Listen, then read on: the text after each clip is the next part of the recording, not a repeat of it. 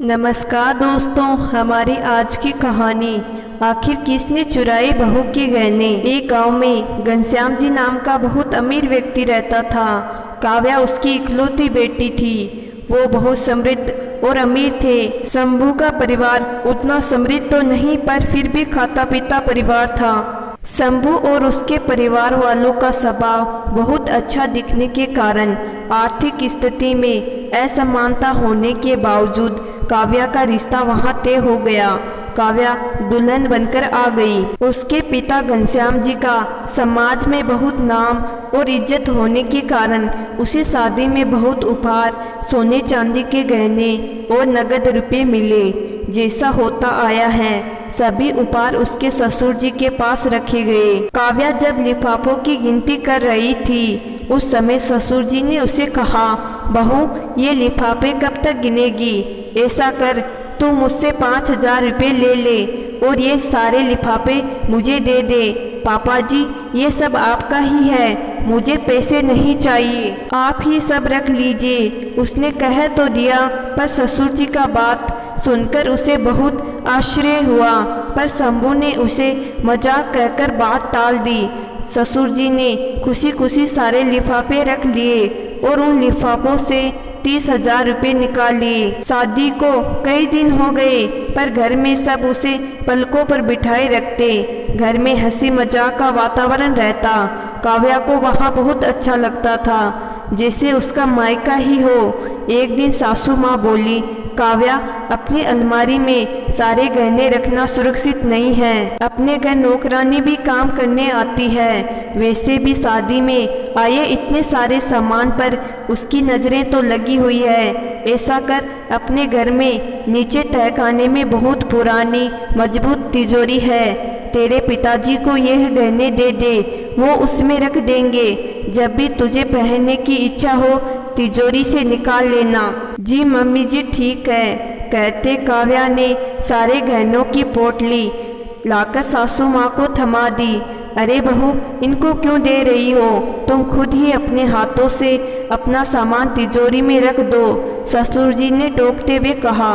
पापा जी, मम्मी जी रखे या मैं, एक ही बात है। नहीं बहू, तुम खुद रखो और जब भी जरूरत हो मुझसे चाबी लेकर खुद ही निकाल लेना। इस बहाने तुम तिजोरी भी देख लेना। कहते हुए ससुर जी ने तिजोरी की चाबी उसके हाथ में थमा दी।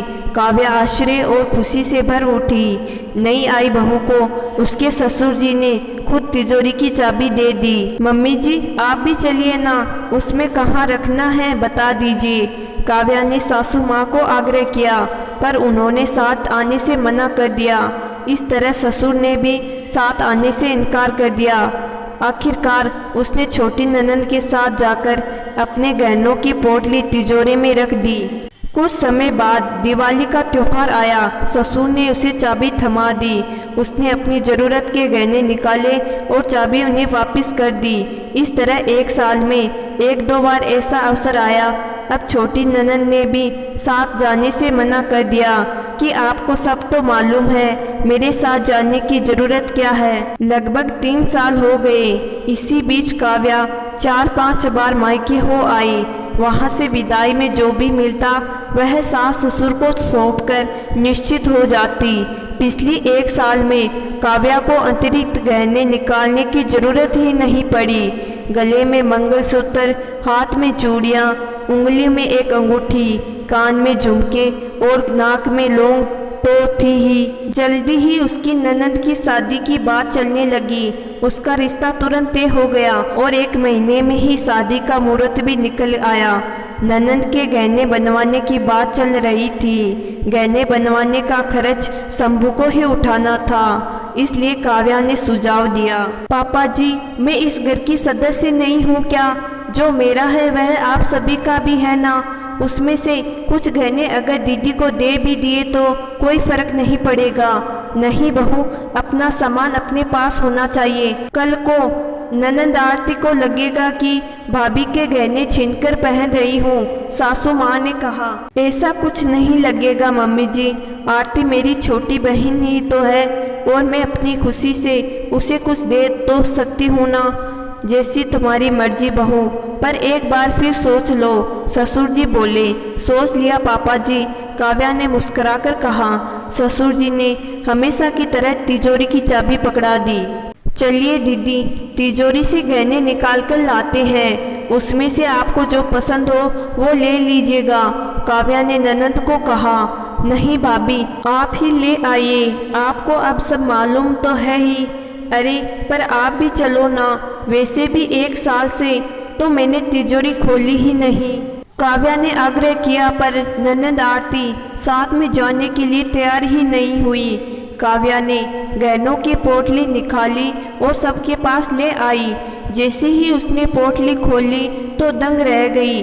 देखा तो उसमें 2-4 डिब्बियों को छोड़कर अधिकतर खाली डिब्बे ही थे। उसमें रखी पायलें, अंगूठियां और टॉप्स गायब थे। उसके मुंह से चीख निकल गई। अरे ये सब खाली कैसे, कहाँ गए सब जेवर, कहते हुए वो पागलों की तरह पोटली खंगालने लगी। पापा जी, मम्मी जी, इसमें तो जेवर है ही नहीं। काव्या को रोना आ गया। हमें क्या मालूम कहाँ है, तुम्ही ने रखे होंगे, सासू माँ ने रूखे स्वर में उत्तर दिया। इसी में रखे थे मम्मी जी, काव्या रोने लगी। इसी में रखे थे तो क्या ये थैली खा गई, ससुर जी चिल्लाए। पापा जी, ये थैली तो तिजोरी में ही रखी रहती है, मैंने तो 1 साल से कोई गहना निकाला ही नहीं। अब वो हमें क्या पता, हो सकता है तुमने अपने मायके ले जाकर रख दिए हो, ससुर जी गुस्से से बोले।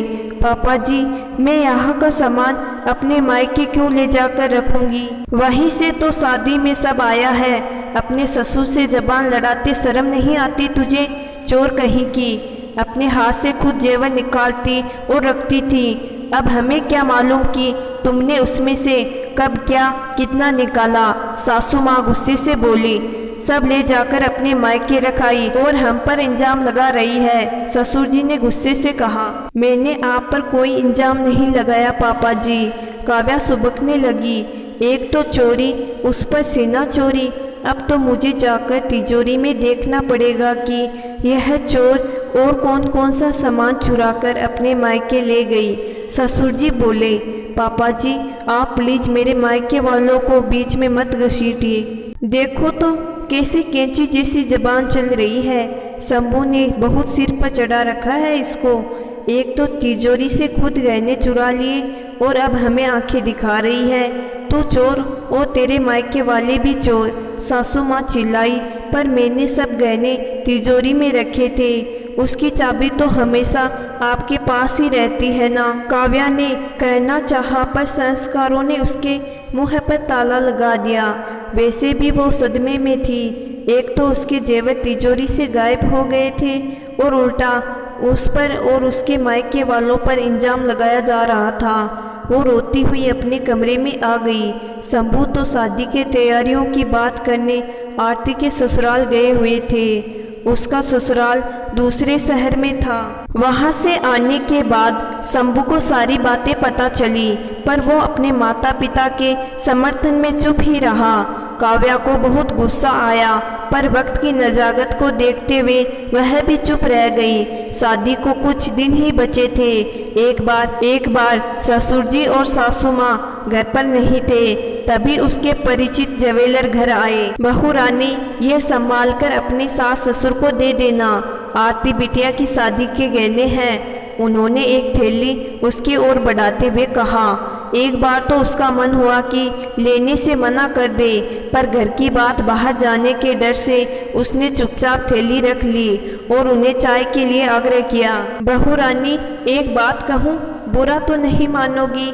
अरे नहीं चाचा, आप तो पिता समान हैं और पापा जी के अच्छे दोस्त भी, कहिए ना।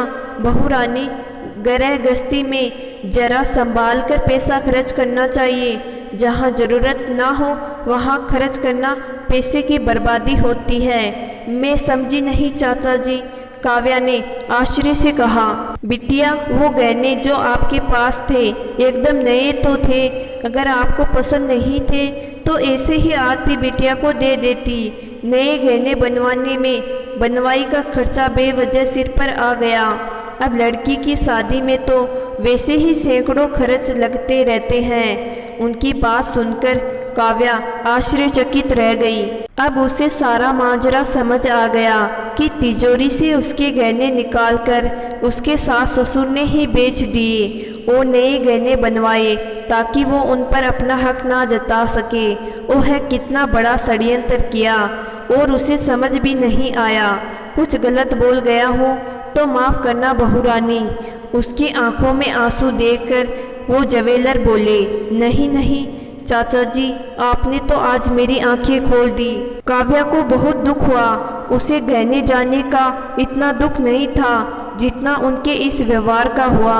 उसने तो खुद ही अपने गहने देने का प्रस्ताव रखा था, पर उसके साथ इतना बड़ा धोखा किया गया और उसे और उसके मायके वालों को क्या कुछ नहीं कहा। शाम को जब सास ससुर और उसका पति शंभू खाना खाने बैठते हैं तो खाना परोसते हुए काव्या आरती से बोलती है, आरती, तुम मेरी तरह सास ससुर पर कभी भी विश्वास मत करना और ना ही अपने गहने सास ससुर को देना, नहीं तो वे मेरी तरह तुम्हारे गहनों को बेचकर अपनी बेटी के लिए नए गहने बनवा लेंगे। यह सुनकर काव्या के सास ससुर चौंक गए। अपनी सच्चाई का पता चल जाने पर वह दोनों बहुत शर्मिंदा होते हैं। वे दोनों काव्या से माफ़ी मांगते हैं और काव्या से वादा करते हैं कि आगे से वह ऐसा कभी नहीं करेंगे।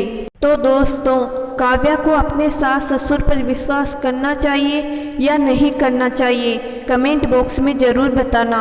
अगर आपको हमारी कहानी पसंद आई है तो कहानी को लाइक और चैनल को ज़रूर सब्सक्राइब कर लें। धन्यवाद।